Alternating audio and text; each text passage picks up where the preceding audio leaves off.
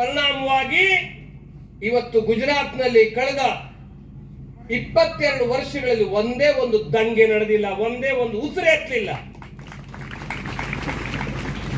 ಇವತ್ತು ನಾವು ಪರಾಕ್ರಮವನ್ನು ಮೆರಿಬೇಕು, ನಮ್ಮ ಆಕಳನ್ನ ರಕ್ಷಿಸಿಕೊಳ್ಳಬೇಕು, ನಮ್ಮ ಹೆಣ್ಮಕ್ಕಳನ್ನ ರಕ್ಷಿಸಿಕೊಳ್ಳಬೇಕು. ಯಾವುದೇ ಮತಾಂತರ ನಡಿಬಾರದು, ಲವ್ ಜಿಹಾದ್ ನಡಿಬಾರದು, ಹಿಂದೂಗಳ ಮೇಲೆ ಅಪಮಾನ ಮಾಡಬಾರದು. ನಾವು ಯಾರ ಮೇಲೂ ಆಕ್ರಮಣ ಮಾಡೋದಿಲ್ಲ. हम किसी को छेड़ेंगे नहीं, अगर किसी ने हमको छेड़ा हम छोड़ेंगे भी नहीं. ಈ ಪರಾಕ್ರಮವನ್ನ ಈ ನೆಲ ಮರಿಬೇಕಾಗಿದೆ.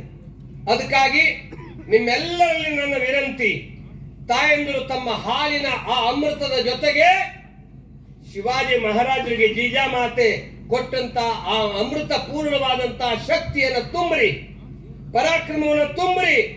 ಮನೆಯಲ್ಲಿ ಶಸ್ತ್ರವನ್ನ ಸಂಚಯ ಮಾಡುವ, ಶಸ್ತ್ರವನ್ನು ಅಭ್ಯಾಸ ಮಾಡುವ, ಹಿಂದೂ ಸಮಾಜದಲ್ಲಿ ಅಪಮಾನವನ್ನು ಸಹಿಸದಿರುವ, ಅನ್ಯಾಯವಾಗಿ ನಾವು ಯಾರ ಮೇಲೂ ಆಕ್ರಮಣ ಮಾಡಲ್ಲ, ಆದರೆ ನಮ್ಮ ಮೇಲೆ ಆಕ್ರಮಣ ಮಾಡದಂತ ಯಾರಿಗೂ ಬಿಡೋದಿಲ್ಲ ಅನ್ನುವ ಪರಾಕ್ರಮವನ್ನ ಈ ನೆಲದಲ್ಲಿ ಮುಂದಿನ ಪೀಳಿಗೆಗೆ ವರ್ಗಾಯಿಸ್ತಾ ಇಂದಿನ ಪೀಳಿಗೆಯವರು ಅಂತ ಒಂದು ಜೀವನವನ್ನ ನಡೆಸುವಂತ ಸಂಕಲ್ಪವನ್ನ ಮಾಡಬೇಕು ಅಂತ ತಮ್ಮೆಲ್ಲರಲ್ಲೂ ವಿನಂತಿ ಮಾಡಿಕೊಂಡು ಈ ಕಾರ್ಯಕ್ಕೆ ಪ್ರೇರಣೆ ನೀಡುವಂತಹ ಸದಾ ಸರ್ವದಾ ಯುವಕರ ಜೊತೆಗಿದ್ದು ಕೆಲಸ ಮಾಡುವಂತಹ ಧನಂಜಯ ಜಾಧವ್ ಅವರಿಗೆ ಆ ಭಗವಂತ ಶ್ರೀರಾಮ, ಮಹಾಲಕ್ಷ್ಮಿ, ದುರ್ಗೆ, ಸರಸ್ವತಿಯರು ಎಲ್ಲ ರೀತಿಯಲ್ಲಿ ಆಶೀರ್ವಾದವನ್ನು ಮಾಡ್ತಾ ಅವರ ನೇತೃತ್ವದಲ್ಲಿ ಈ ಭಾಗದಲ್ಲಿ ಹಿಂದುತ್ವದ ಅಭಿವೃದ್ಧಿ ಆಗಲಿ, ನಮ್ಮೆಲ್ಲರಿಗೂ ಯೋಗ್ಯ ಜೀವನವನ್ನ, ಸಮೃದ್ಧಿ ಪೂರ್ಣ ಜೀವನವನ್ನ,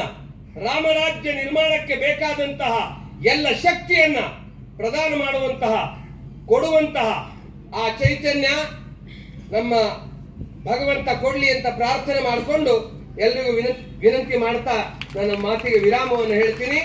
ಜೈ ಶ್ರೀರಾಮ್, ಜೈ ಶ್ರೀರಾಮ್, ಜೈ